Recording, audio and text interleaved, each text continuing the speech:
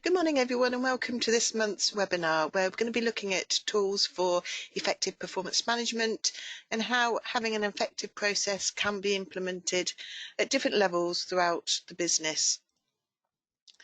And for those of you who are new to our webinars, I'm Victoria Templeton, HR Knowledge Manager here at HR Solutions, and I'm joined by Sue Watson, who is our Operations Director, and together we're going to be discussing this topic.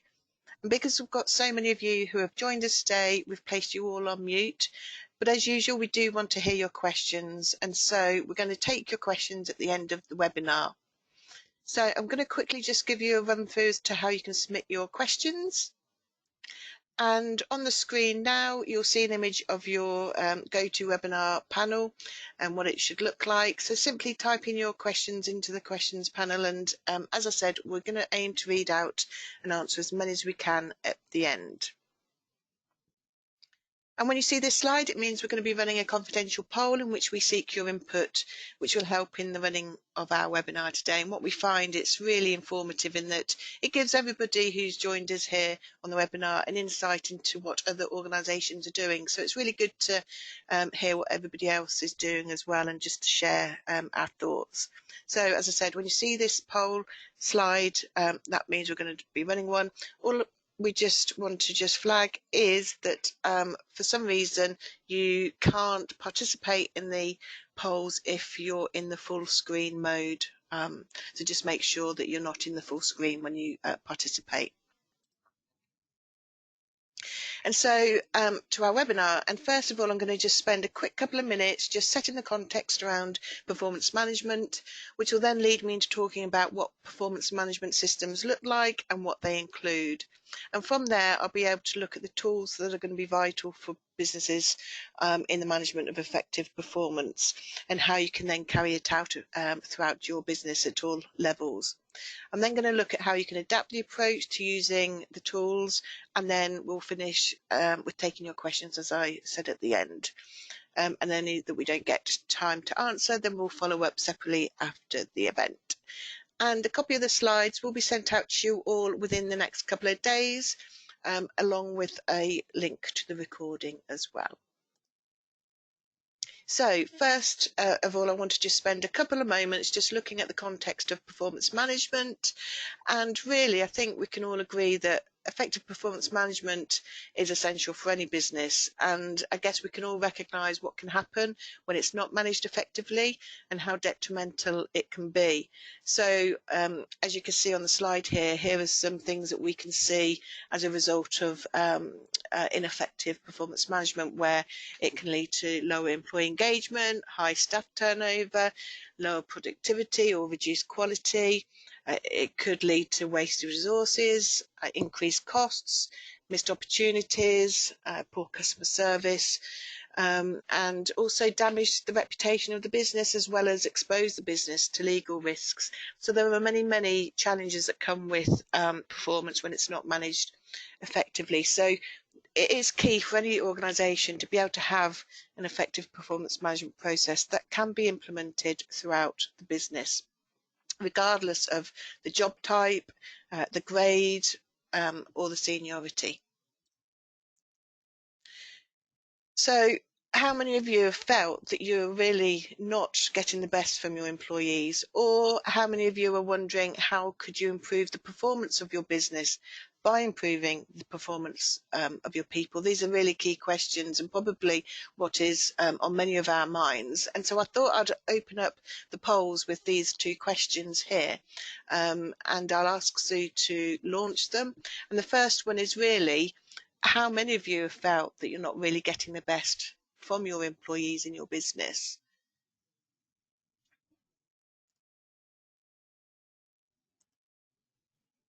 Let's see. Keep it open a little bit longer. Remember, don't be in the full screen mode. This would be an interesting one. Okay, we will close that poll and share the results. Right, okay, and quite a significant number. that a number of you that feel that you're not getting the best of your employees, and that's quite an interesting statistic actually. Hopefully today what we go through will give you some ideas as to what you can go away and perhaps think about introducing.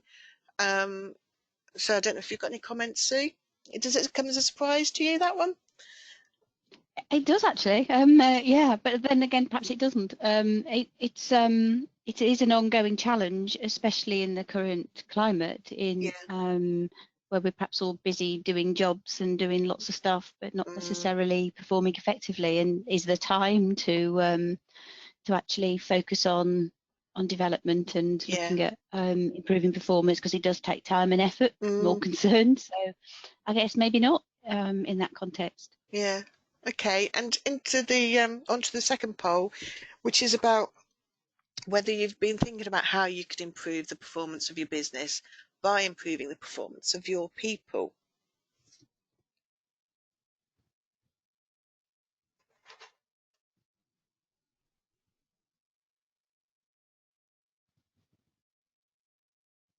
This is an interesting statistic It is. coming through.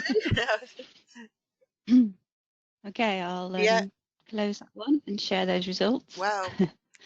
I say it was an interesting because we can see it fluctuate. At one point it was 100%. It was for quite a bit. Yeah. So yeah, so 97% of you do feel that you could improve the performance of your business by improving the performance of your people. And that's really interesting. That's a very high percentage. So And what we're looking at today, isn't it? yeah, So, yeah. So mm, hopefully what we go through in the next hour then is going to be really helpful to you and give you some ideas and just things to think about. Thank you. So let's close the poll and move the slides. So in order to manage performance effectively, then there needs to be that performance management system in place. So not only will it help you to get the best out of your employees, but because the system needs to be built around having that ongoing process, it enables you to manage the performance and development of your team, and therefore leading to the achievement of optimal levels of organisational performance. For performance management to be effective, however, that system needs to have the commitment of your senior leadership team and be aligned to the company's strategic priorities, which means ultimately being aligned to both the business plan and the people plan. Another thing to say is that managers across the entire business need to also take it on board, because ultimately they're largely responsible for implementing the system and bringing about that culture of continuous improvement. And if we think about a performance management system and what that looks like, you'll see here that what we've identified is that a performance management system ultimately it sets, delivers, measures, monitors and reviews performance, and it should be a system that does that for all levels within the organisation, like I said, regardless of the job type, grade, seniority. And it needs to have that commitment of the senior leadership team and be aligned to your strategic priorities, with the line managers also taking responsibility. But in essence, an effective performance management system needs to be covering methods by which you can improve the performance of a department, team or individual to optimise effectiveness. It also needs to allow for development plans that staff can develop their skills and capability in areas that are going to be benefiting the department and ultimately the business. And it also needs to incorporate a process for how you deal with poor performance in the organisation. And again, it's not just at individual level, but team level and departmental level. And so there are many tools that you can look to have in place that help you drive that high performance in your business.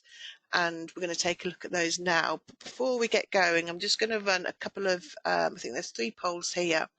And it's just really to understand, what do you currently have in place in your business in regards to performance management? And I think this is over 2 polls, Sue, because of obviously there's several options to put as answers. yeah, I got one. Do you provide training to line managers? Oh, and As that, the yeah, next one. yeah, Yeah. sorry. Um,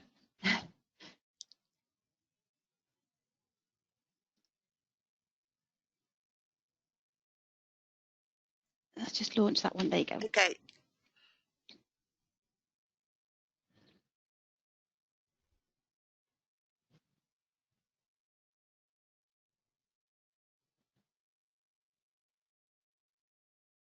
I was jumping ahead, I think, on the polls.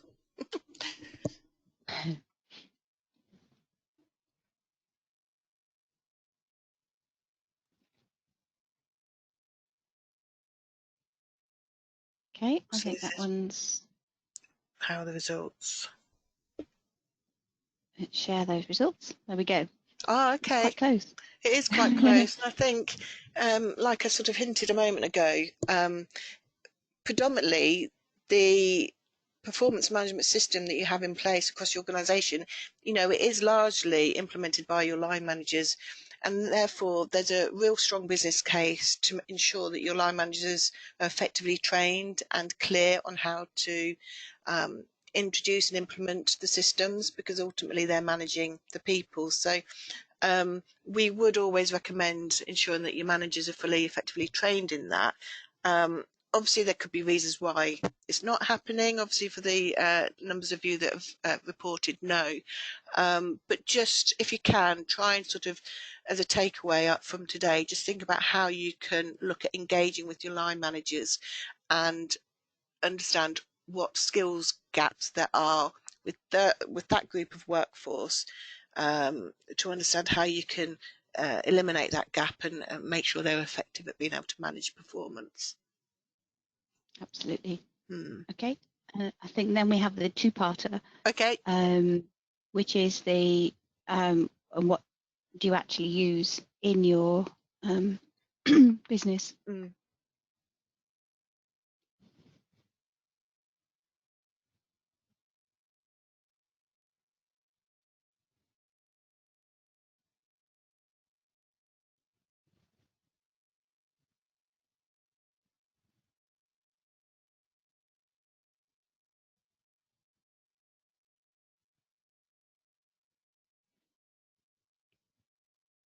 Just a few more coming through in a little flurry.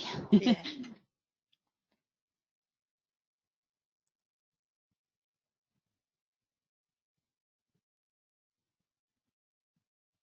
Okay, I'll close that. Okay. So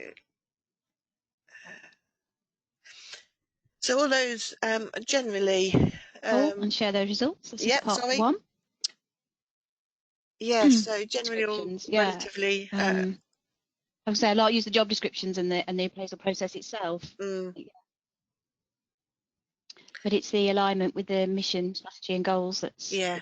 less so, which is it is a challenge, because sometimes it's hard for some roles. It's hard to actually align them if they're very task orientated. Some roles are very task specific, so it is hard to see. But then if they didn't complete those tasks in a timely and efficient manner, then it is going to affect the overall performance of the business. If they're one in a whole row of roles that are reliant, you're reliant on to achieve your business goals. Yeah.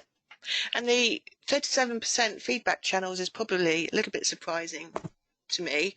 And perhaps sometimes there's feedback channels that aren't necessarily formal or seen as that, but actually naturally feedback happens without realizing, if that makes sense, just Yeah. normal line management on a day-to-day basis. But yeah, that is a little bit of a surprise, that figure there. And we'll chat a bit more about that later. And Okay. the second poll is just gives a couple more options to that same question.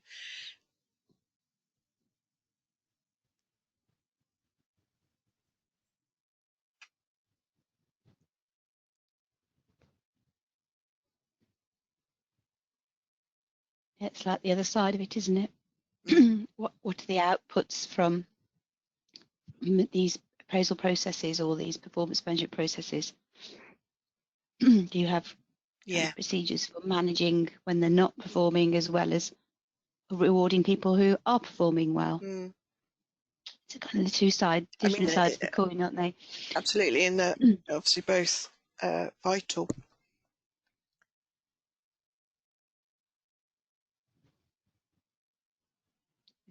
Next,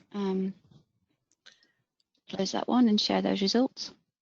Okay, so the majority of you do have procedures for managing the performance capability. Like Sue said, it's the end results, isn't it?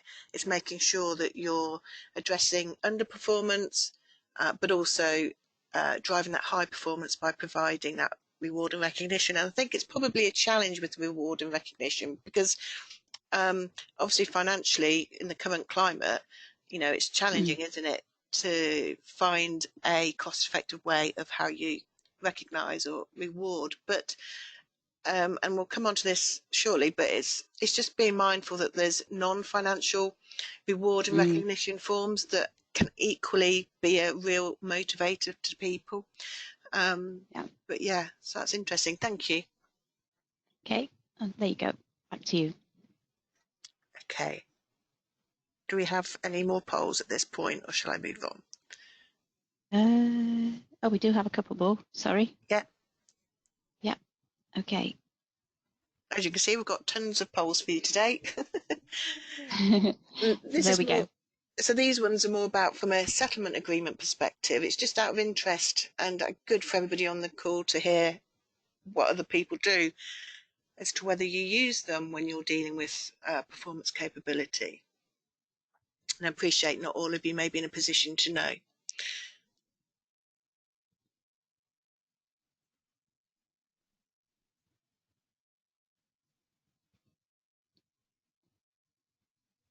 Yes, it's kind of relevant when we could talk about the outputs of such processes, isn't it? And to understand how you deal with them and to how the other options available. Okay, I'll close that one and share the results. Yeah, okay. And I Pretty appreciate even that one, isn't it? Yeah. Yeah. And I guess it will be quite interesting with the follow-up poll we have now on this is actually why would you, what would be a fair reflection as to the reasons why they are used in your business? Obviously, there can be very different reasons.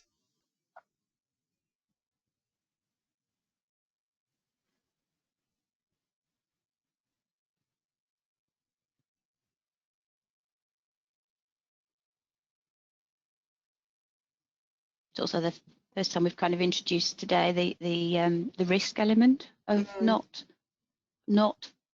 following a process or not carrying out reviews, which is a whole different thing about managing poor performance if it's not managed, and then or if you don't carry out regular reviews and all of a sudden you decide to manage somebody for performance when you've not actually addressed it through a formal process, that can be more challenging. So sometimes settlement agreements used to move forward in that situation. So, and again, that's managing the risk to the business of continuing to allow somebody to not meet the kind of objectives needed.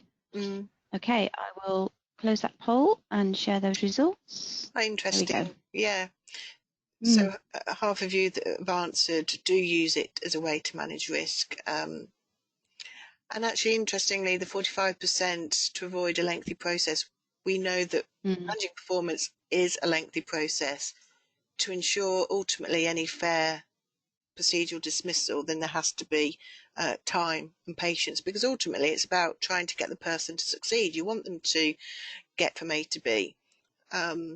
But yeah, we see it a lot where it's probably an alternative to going through a long, lengthy process where perhaps people think it's not going to make any difference.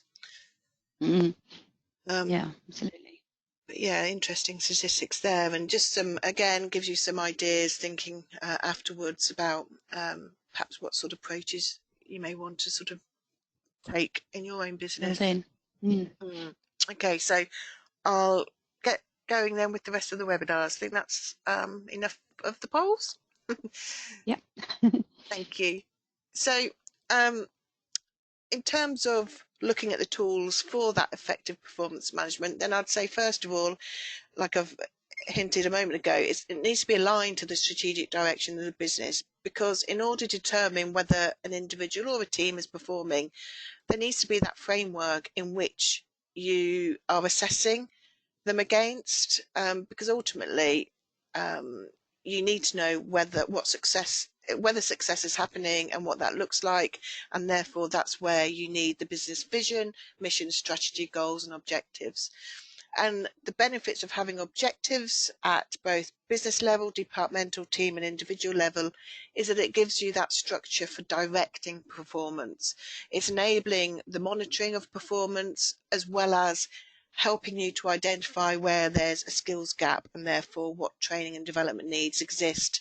Again, not just at individual level, but at departmental level as well. And it also helps to clarify expectations. And all of these combined ultimately will help you to lead to that improved performance. The second is about job descriptions and person specifications. And in order to align job roles to the organisational goals, you need these key documents. They both provide clarity to the job holder in terms of what's expected and the skills needed to perform the role. And therefore, they're key tools for managing performance ultimately during employment. But they help to ensure that you've got the right skills and capabilities in the right roles. And so they're also a really key tool for when you're recruiting, because ultimately it starts with the recruitment process, making sure that you're employing the best talent for your organisation. So they are fundamental, and if there are any businesses that don't have them, then we would always strongly advise that you do look to have them in place, because of the reasons that I've just set out there. Another important tool from a performance management system piece is your appraisal process, and that is probably the most common thing that we all think about, and it's actually fundamental in assessing the employee performance. It allows a line manager to measure the person's performance against previously agreed goals and objectives, and for new ones to be set. So what makes it effective is that the goals and objectives, the training needs and the performance assessment are ultimately aligned strategically back to your business goals. So you know then that the work that somebody carries out, the monitoring and assessment of that work, ultimately is aimed at achieving business success. Typically, we see appraisals incorporating your main annual appraisal discussion, usually taking place at the end of the financial year. So it's the opportunity to look back over all of the last 12 months. And then normally we would see a half-year review of the objectives that have been set in that appraisal meeting, and then assessments at that 6-month mark. But then also typically one-to-ones taking place regularly throughout the year. The important thing to say is that when it comes to appraisal meetings, nothing should come as a surprise to the employee. So if you've got that robust framework in place that assesses and looks at the performance throughout the year, it means you're having those ongoing discussions, you're nipping issues in the bud, you're praising when you need to at the right time, and therefore you're driving that performance, and basically makes it so that there isn't any surprise come the annual appraisal meeting at the end of the year. And on that, monitoring performance is fundamental. It doesn't just take place, as I said a moment ago, during the annual or half-yearly appraisal review. It's something that should be part of day-to-day line management. And that's what I mentioned earlier on one of the polls. Perhaps there is feedback that's happening, but maybe you don't see it as being giving feedback because it's just your day-to-day line management.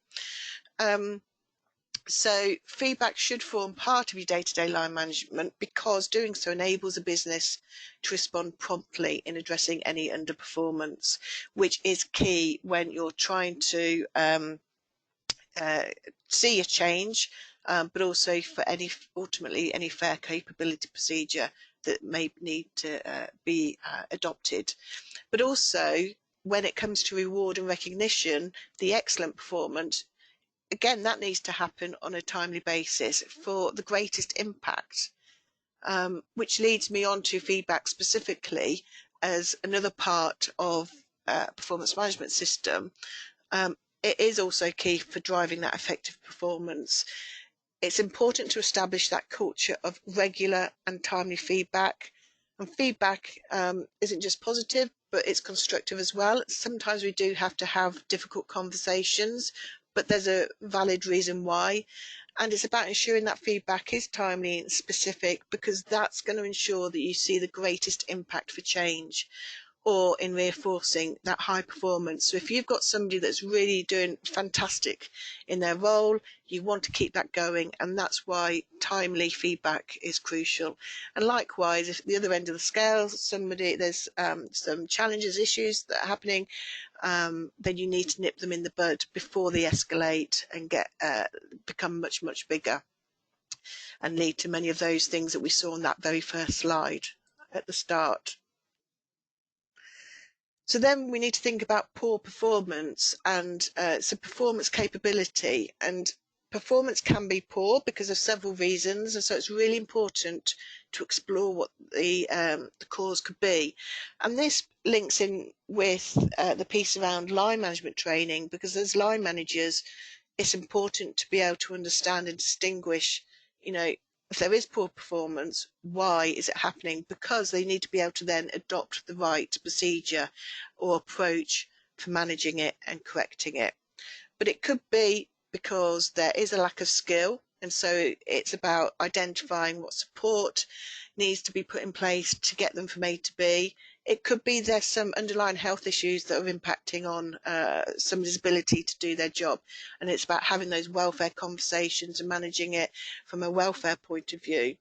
Or somebody's not performing because of their conduct. So there's clearly several different reasons, and each of those needs a very tailored approach to how you approach it.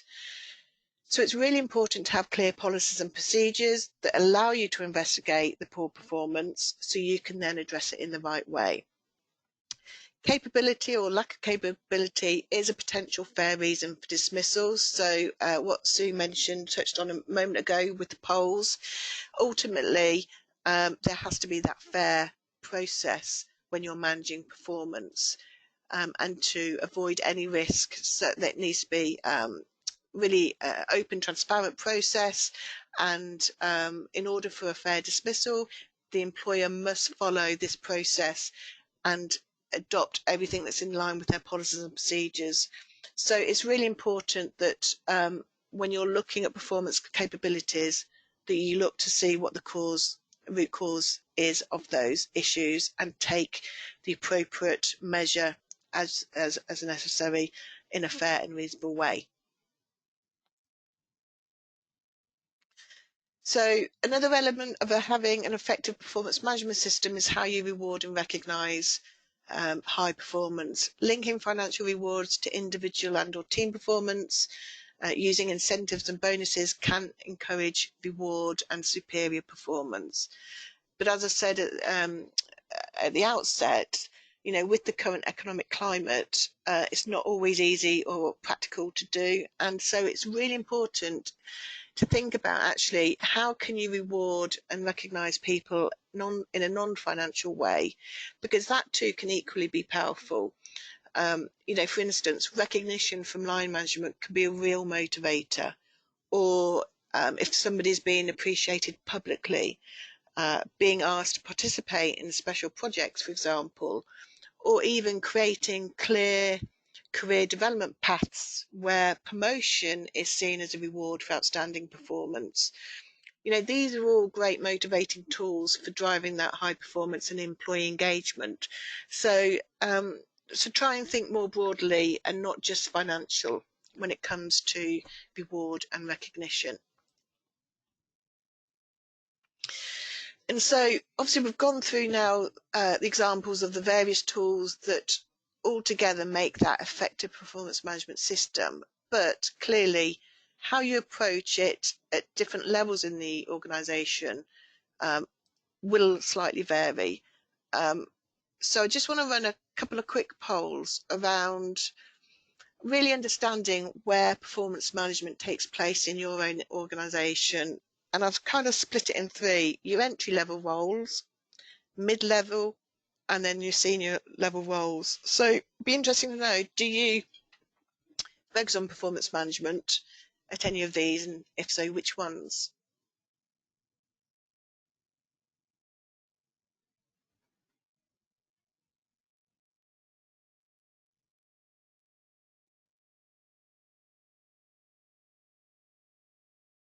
Interesting to see the split, isn't Yeah. it?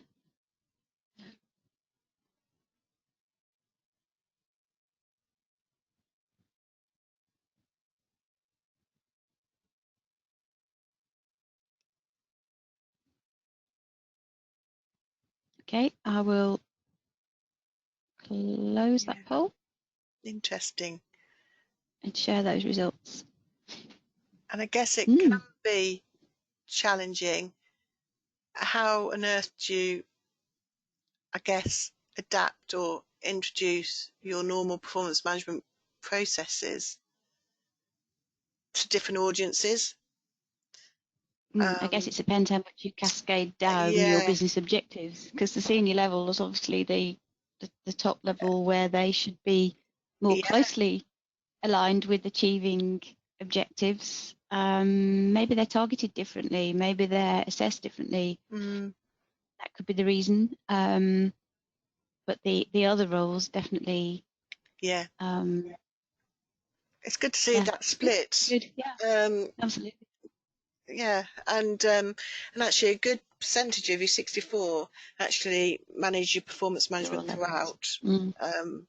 So hopefully when we come on to the next few slides, it'll indicate how some ideas as to how you can adapt. Um, in which case that we Yeah, I have think it's another question. Yeah, do yeah. you adapt your performance management approach to the level of the role? Yeah, is it a one size fits all, or do you actually Mm, have different schemes for different levels?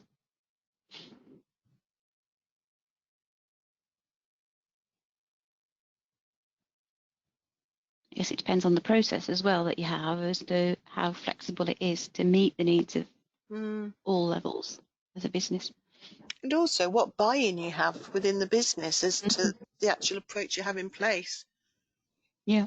You know, how seriously is it taken?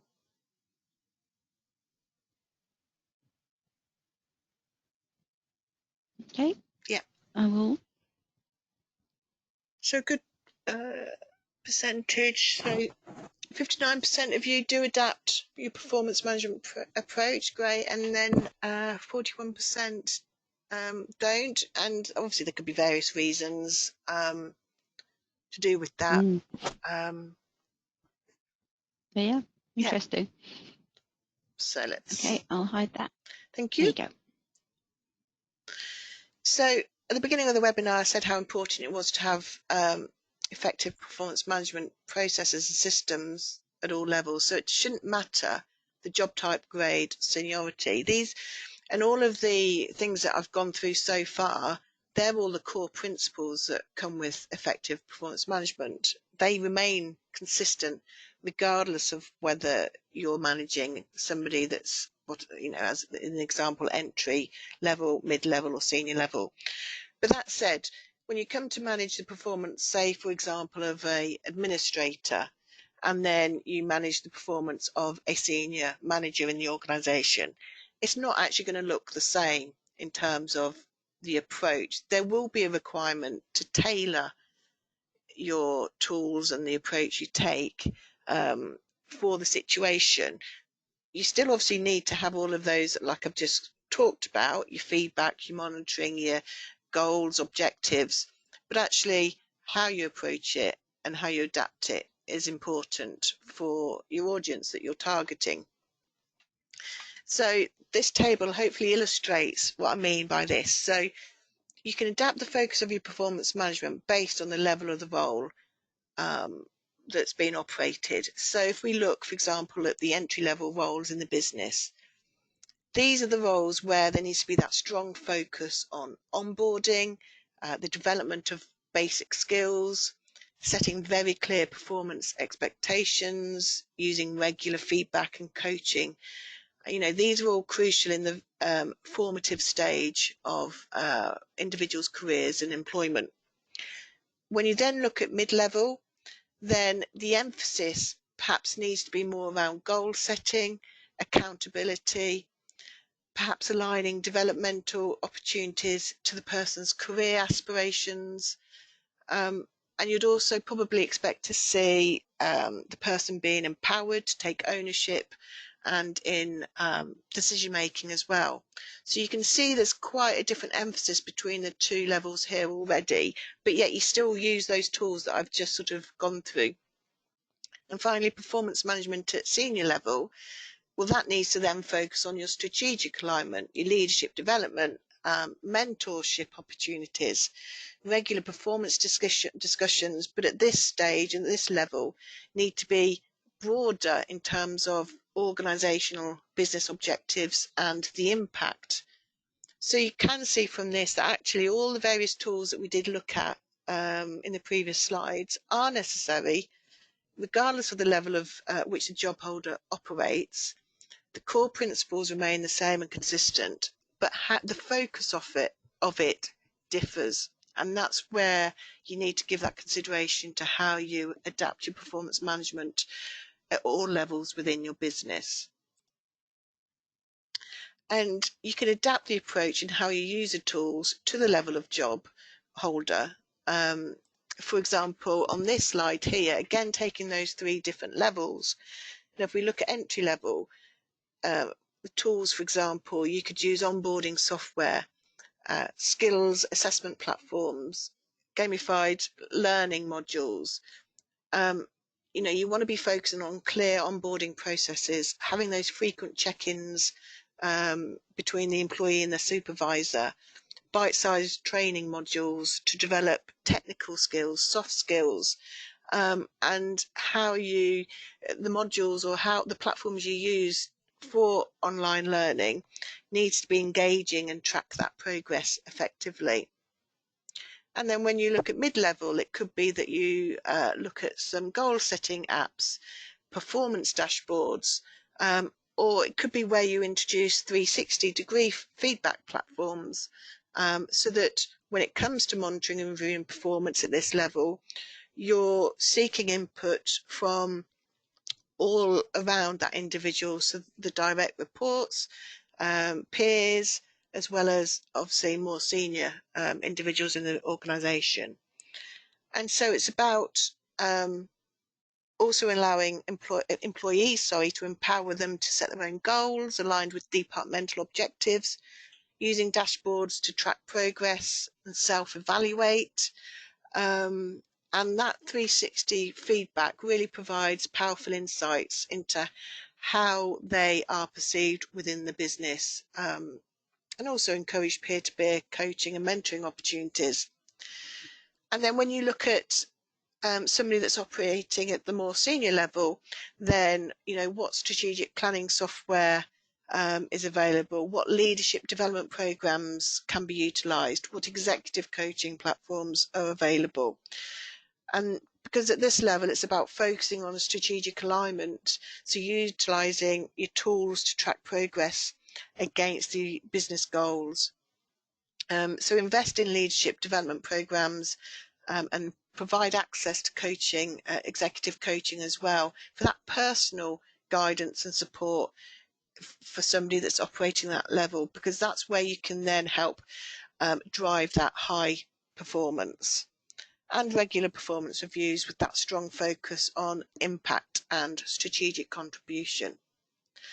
So hopefully that gives you an insight there on this slide and the previous one about the principles that we've gone through, how they can be adapted and how the emphasis may alter, but ultimately you're still managing the performance, whether it's reviewing, assessing, setting the objectives, having development plans, focus for development, coaching, mentoring. So hopefully that gives some insight there for you. What I want to do now is just to see if we've got any questions that have come in through this webinar. Yeah, we've got a couple. Yeah. So one of them is, is more an observation and an interesting point to make is that we tend to view performance management as a negative thing, and we should be using and viewing it as something positive that develops and supports employees. Yeah, I think you're absolutely right. It's been a bit of a bugbear of mine in that it's used quite often. It's used as a negative thing, and performance management actually is a whole positive thing, and it comes down to what you call your system. yeah, There's a lot of people don't like the word appraisal, but it's actually one of the only positive ways you can describe it if you don't call it a performance management system. So, and there are a number of people who've used more kind of different kind of ways of viewing the monitoring or the performance of staff, and it's how creative can you be, but at the end of the day it is performance management in both ends of the scale. You know, you manage it when it's not going quite right, but you also need to manage it when it's going well, and encourage people to continue to develop and to improve. So it's the environment. I think we yeah, could probably have a big discussion on it's the environment and the culture and the whole business ethic in a way that needs to underpin any performance management process you have in place, because it all drives the same thing: business performance, business yeah, it drives your business forward. So there is a bit of an overlap, I think, and that feedback that you mentioned, Victoria, yeah, is kind of the employee engagement aspect as well. You will, you know, do you actually regularly ask your staff for feedback?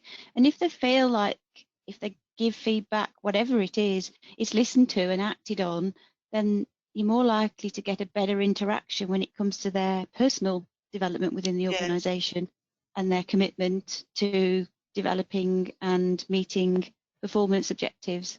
So yeah. I think it's a really good question, and like, Mm, so it is one of those things that is a bugbear and that it is automatically seen as a negative.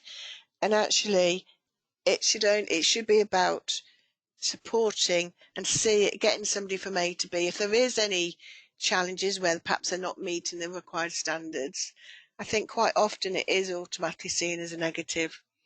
But mm, that's how training your line managers, engaging with your workforce, like Sue said, and even the terminology and the phrasing of how you word any performance management framework in your organization, they go a long way to eliminating those kind of negative thoughts. But I think it's a natural feeling, isn't it, to mm. be a bit panicked and worried if you think there's this performance management. I think that management doesn't probably help, does it?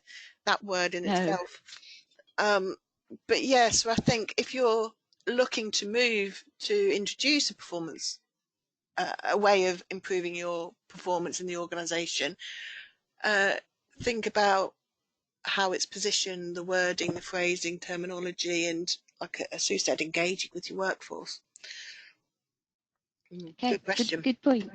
Um, so then another one was, how do you manage behaviours and attitudes compared to hitting clear performance goals on activity and targets? I think there's a little bit of overlap with what we were just moving on to. Mm, Um, so I guess it is all down to the attitude, and again it's down to the whole engagement of your workforce and how you get them all on board. So you've got your business goals and objectives, and how do you get your workforce on board with you so that they're all trying to meet their targets without it being a, you know, if you don't achieve whatever it is in the next hour, the pressures, you need to be really careful, because it's a really key a key thing is to have the engagement piece when you're trying to manage a process, whether it's the negative or the positive aspects of it. I think, Um, yeah, and if you're in like one-to-one discussions with somebody and you're getting that negative vibe and they appear to be putting barriers into any suggestions, I guess it's in that overall conversation, it's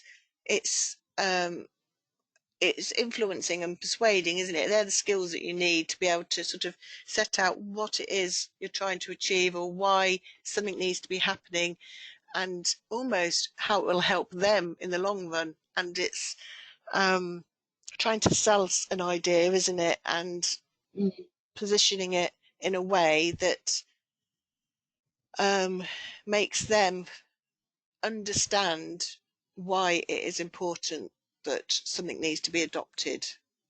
But Yeah, I guess if you persistently get attitude problems, and then that becomes a bit of a different issue, doesn't it? And it's how yeah, you give feedback on your observations of managing somebody, and yeah, in that situation, yeah. And again, it's then also linked with your reward and recognition.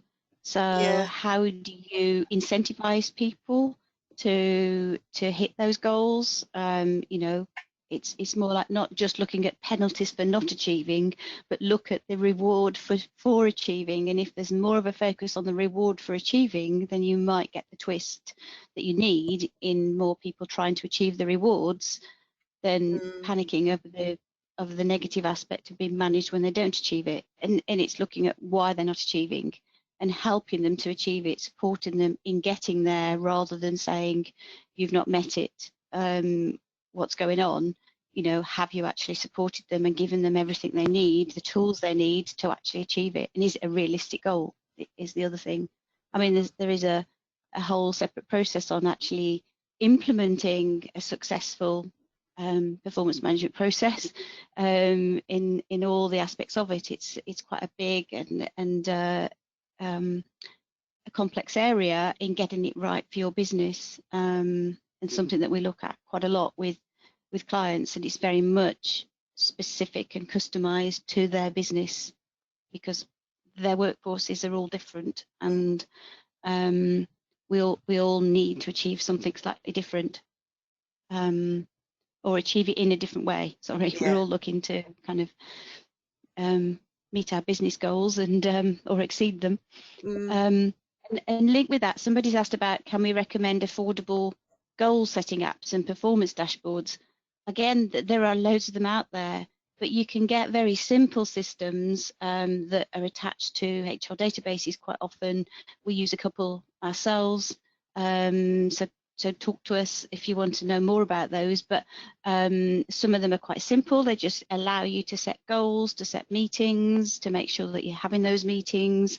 You can upload documentation. You know, you might have an appraisal kind of form, you might have an online system. There are lots of apps that do online forms or processes that you can use. There are lots of them out there. So it depends on what you're looking for, and if you're wanting the lightest of touch approach, then there are them out there. If you're wanting a more integrated, complex system, then there are those as well. So, but yeah, we can talk to you about the options there. And we've also had a comment about looking at performance over a relative period of time. okay, Is there a performance issue which is a blip, or is it ongoing? You know, all it should be explored. Absolutely, it is. As we kind of mentioned earlier, it's understanding why they're not achieving.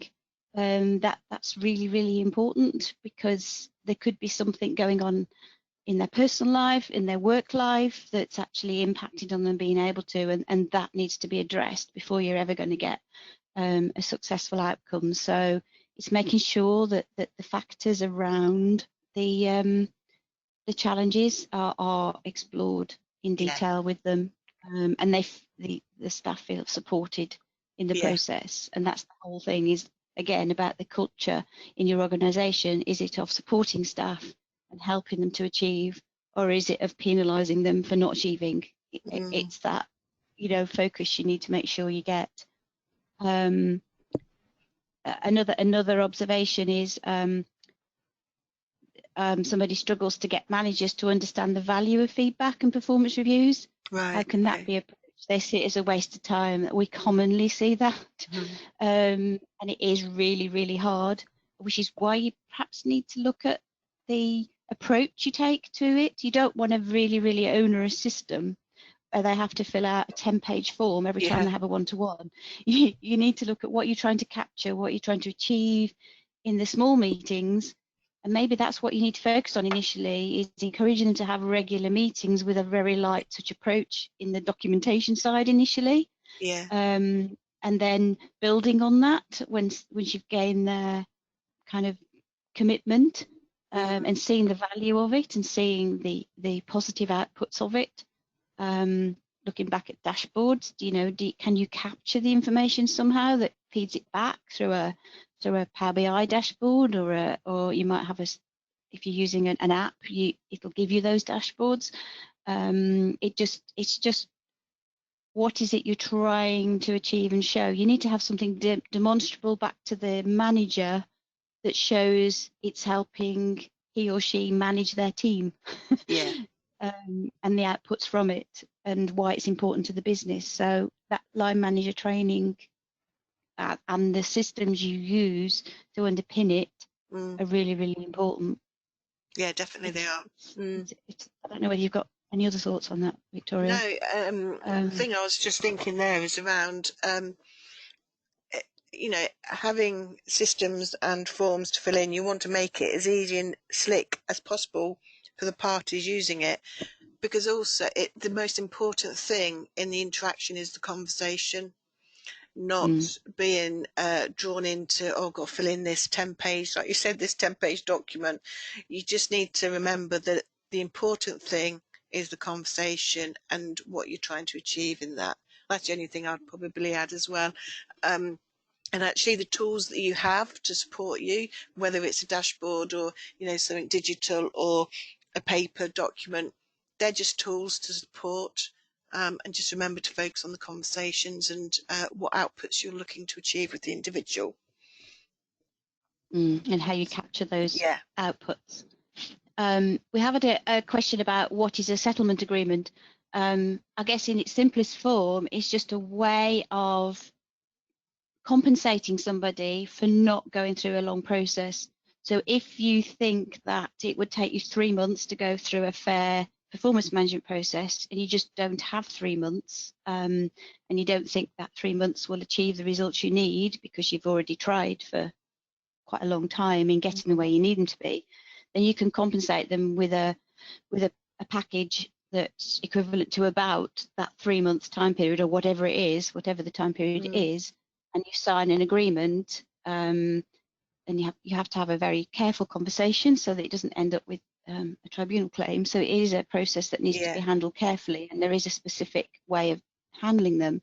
But you can compensate people for not going through the process and agree with them. You'll give them a sum of money to give them time to find a job, move on, another job, move on, and hopefully go with some grace as well, yeah, which is why it's often done at a senior level, to enable them to just move on, yeah, and that then they benefit as much as the business does in being able to then move on themselves in finding a replacement. mm. And So I yeah, was just thinking back to the polls, and it's about, they're signing away their rights to take the issue to a tribunal, to a basically. So tribunal.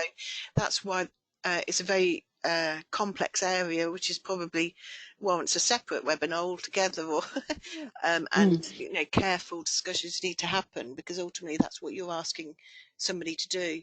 In exchange for some compensation, you're asking them to not go to a tribunal, so they're signing away their rights. But like Sue said, when you've got long drawn out processes, um, it can be a strategic tool that is brought in as a possible way of reaching a resolution. yeah, absolutely. But yeah, I think that's all our questions. Yeah. brilliant, good questions. So Good, let's really just good.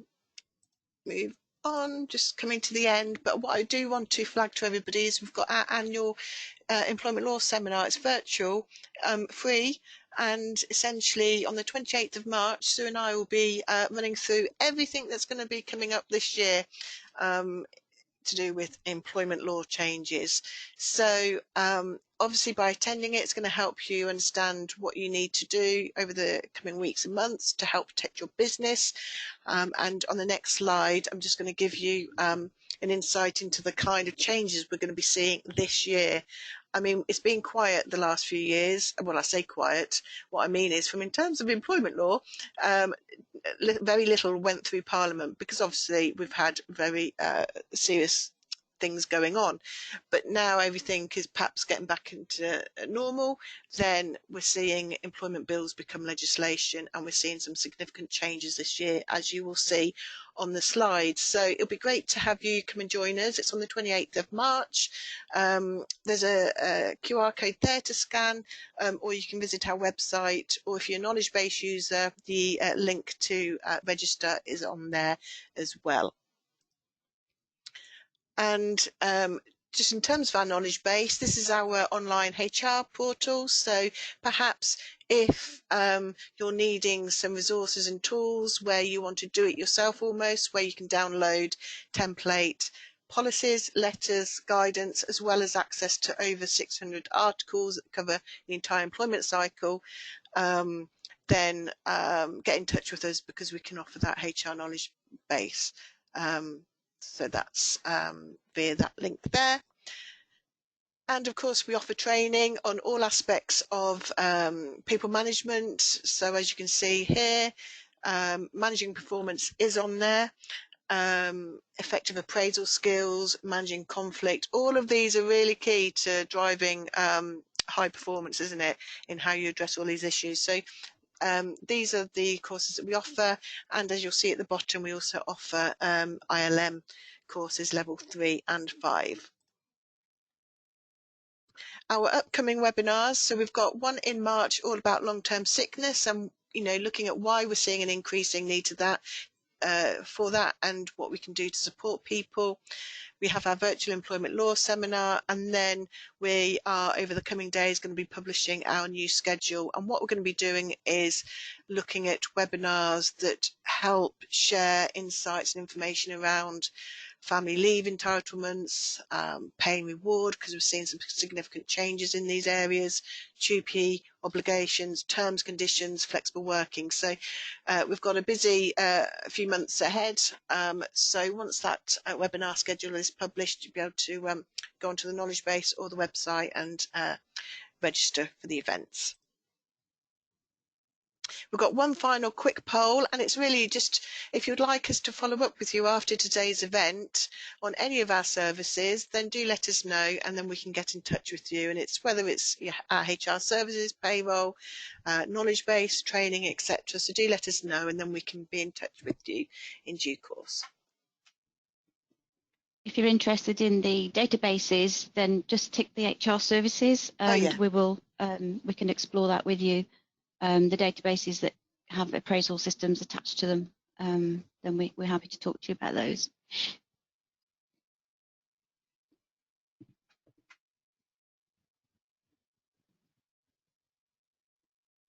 Okay, I'll close up. Lovely, thank you. There you go. And that just brings me to a close. Just want to thank you all again for coming along to our webinars. It's always great to have you, and hope to see you in our coming webinars. And thank you, Sue, for the discussions and support in running today's event. So any questions, and you can get in touch with us at the telephone number and website link there. And as I said, hope to see you in our next webinar. Thank you. Thank you.